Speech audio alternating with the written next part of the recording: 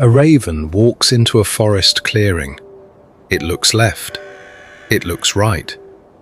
Then it lies down on the ground, wings loose at its sides, head turned, eyes closed, completely still.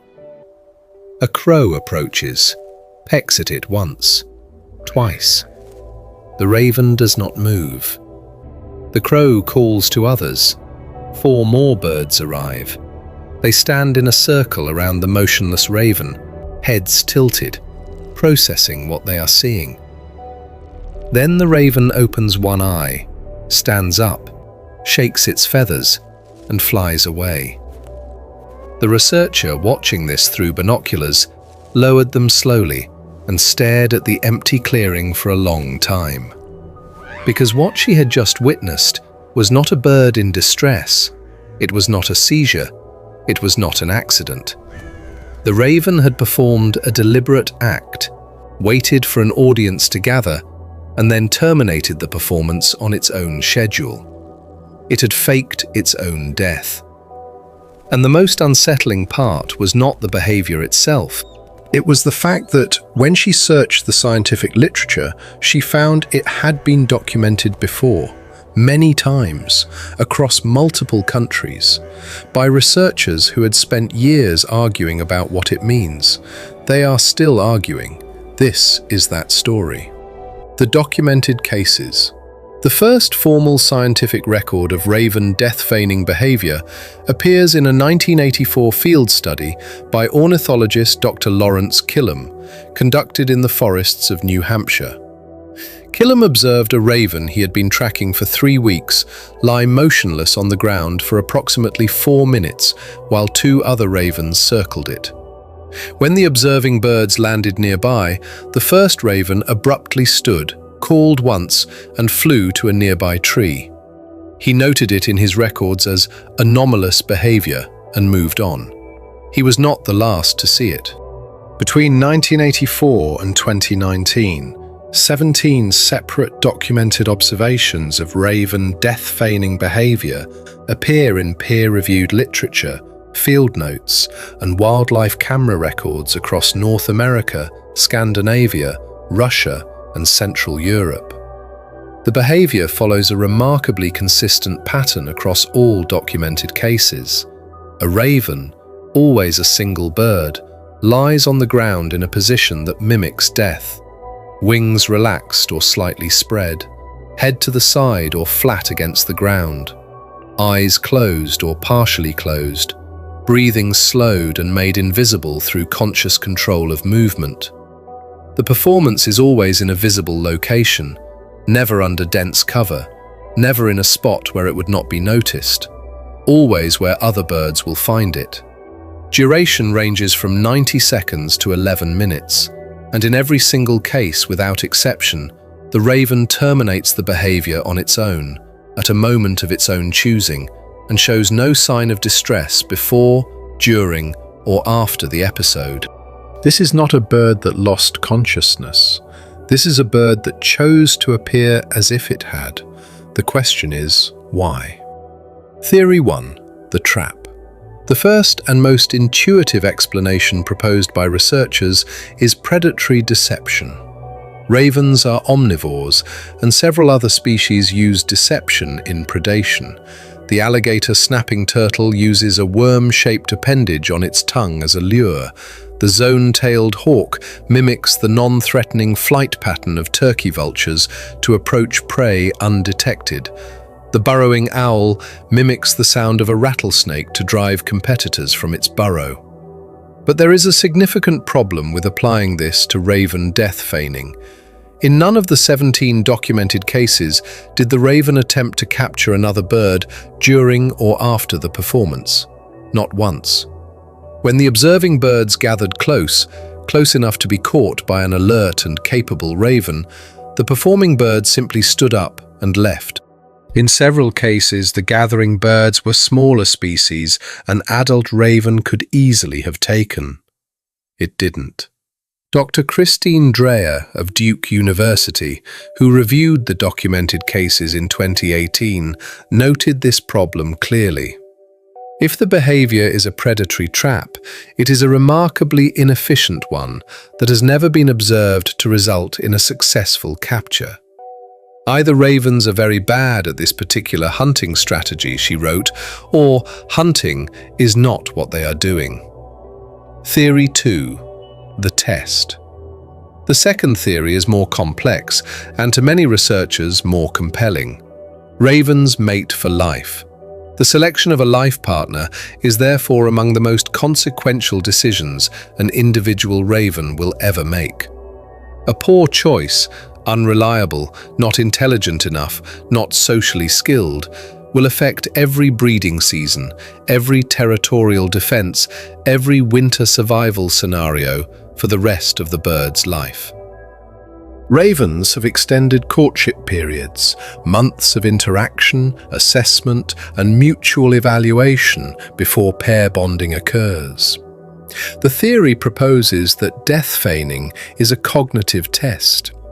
A raven performing the behavior in front of a potential mate is presenting that mate with a complex and ambiguous social situation, one that requires rapid interpretation, appropriate response, and a demonstration of intelligence.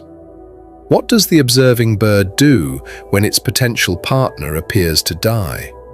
Does it panic and flee, demonstrating poor emotional regulation?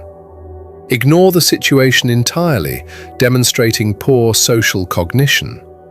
Or does it approach cautiously, investigate carefully, and respond with measured concern, demonstrating exactly the kind of intelligence a lifelong partner needs to have?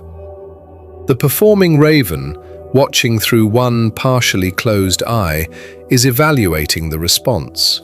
Evidence comes from the documented timing of several cases, which occurred during or immediately before known courtship periods. In 3 of the 17 documented cases, the performing raven subsequently paired with one of the birds that had been in the observing group. 3 out of 17 is not a large sample, but it is not nothing. Dr. Natalie Womini of the Max Planck Institute for Evolutionary Anthropology described the testing theory as the most behaviorally elegant explanation. If true, it means ravens have developed a cognitive evaluation tool for mate selection, requiring both performer and observer to demonstrate sophisticated understanding of appearance versus reality. You have to know you're not actually dead, she noted. You have to know the other bird doesn't know that, and you have to be watching to see how they respond to the ambiguity. That is a 3-layer cognitive operation. Theory 3. It's play. The third theory is the one that surprised researchers most, because it is the simplest, and possibly the most profound. Ravens play. This is not in dispute. They play with objects, rolling, dropping, catching, hiding them for no functional purpose. They play with other ravens, mock fighting, chasing, tumbling in mid-air. They play with other species. The wolf tug-of-war documented by Bernd Heinrich is one of hundreds of observed raven play interactions with non-raven animals. Ravens play as juveniles, which is evolutionarily expected, but they continue to play as adults, and this is unusual. In most species, play is a juvenile behavior that diminishes with maturity. Adult play in non-human animals is relatively rare, and when it occurs, typically signals high cognitive capacity. The brain has enough surplus processing power to engage in non-survival activities for their own sake. Humans play throughout their lives. So do dolphins. So do great apes. And so, apparently, do ravens. The play theory proposes that death feigning is simply an elaborate game, the raven equivalent of a practical joke. The bird lies down, watches other birds react to its apparent death, and experiences whatever internal state the word enjoyment approximates in a non-human mind. Evidence comes from the way the behavior terminates. Ravens ending a play session show a characteristic abruptness, the sudden shift from full engagement to total disengagement, the equivalent of a human deciding the game is over. The termination of death feigning in the documented cases shows this same abrupt quality. The raven doesn't gradually rouse as a genuinely unconscious animal would. It simply decides to stop and does so immediately. The performance is complete. The raven is done. Dr. Markus Beckler of the University of Vienna, who has studied raven cognition for over a decade, described this interpretation with careful but clear affection for it. The idea that a raven might lie on the ground and watch other birds panic over its apparent death simply because it finds this interesting or enjoyable is not scientifically impossible, he wrote. Given what we know about raven intelligence, it would be more surprising if they weren't capable of it. What the science actually says. Here is the honest answer.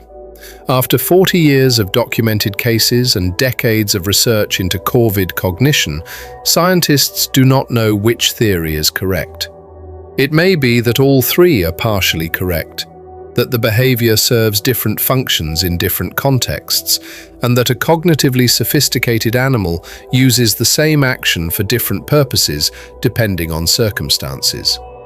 This kind of behavioral flexibility, using one action for multiple ends, is itself a marker of high intelligence.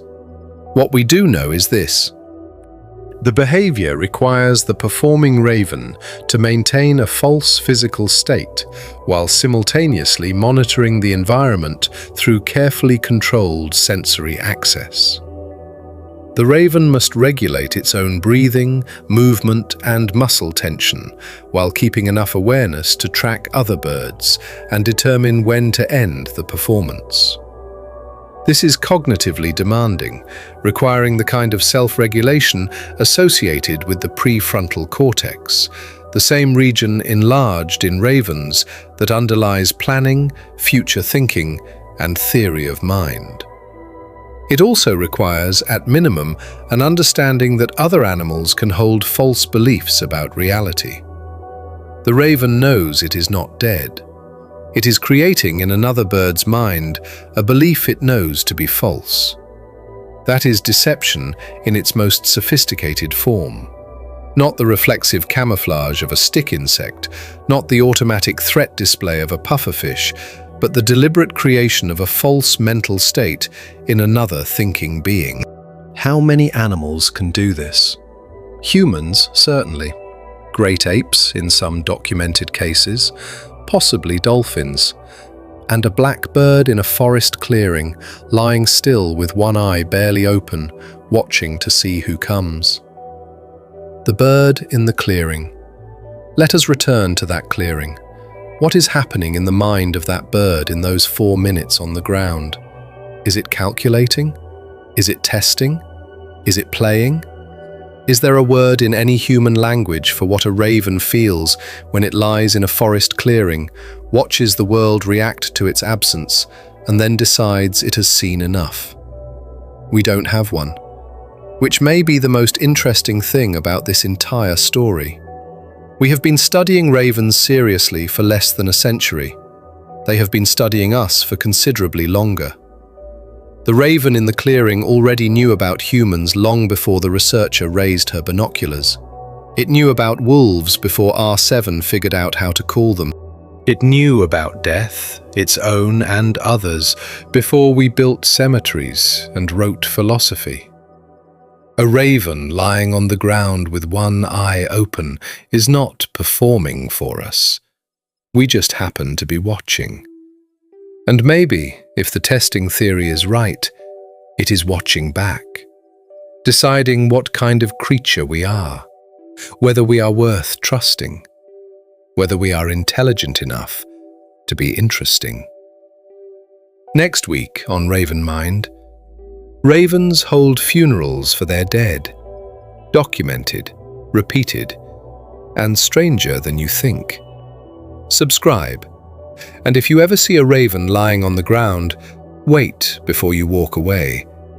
It might not be finished yet.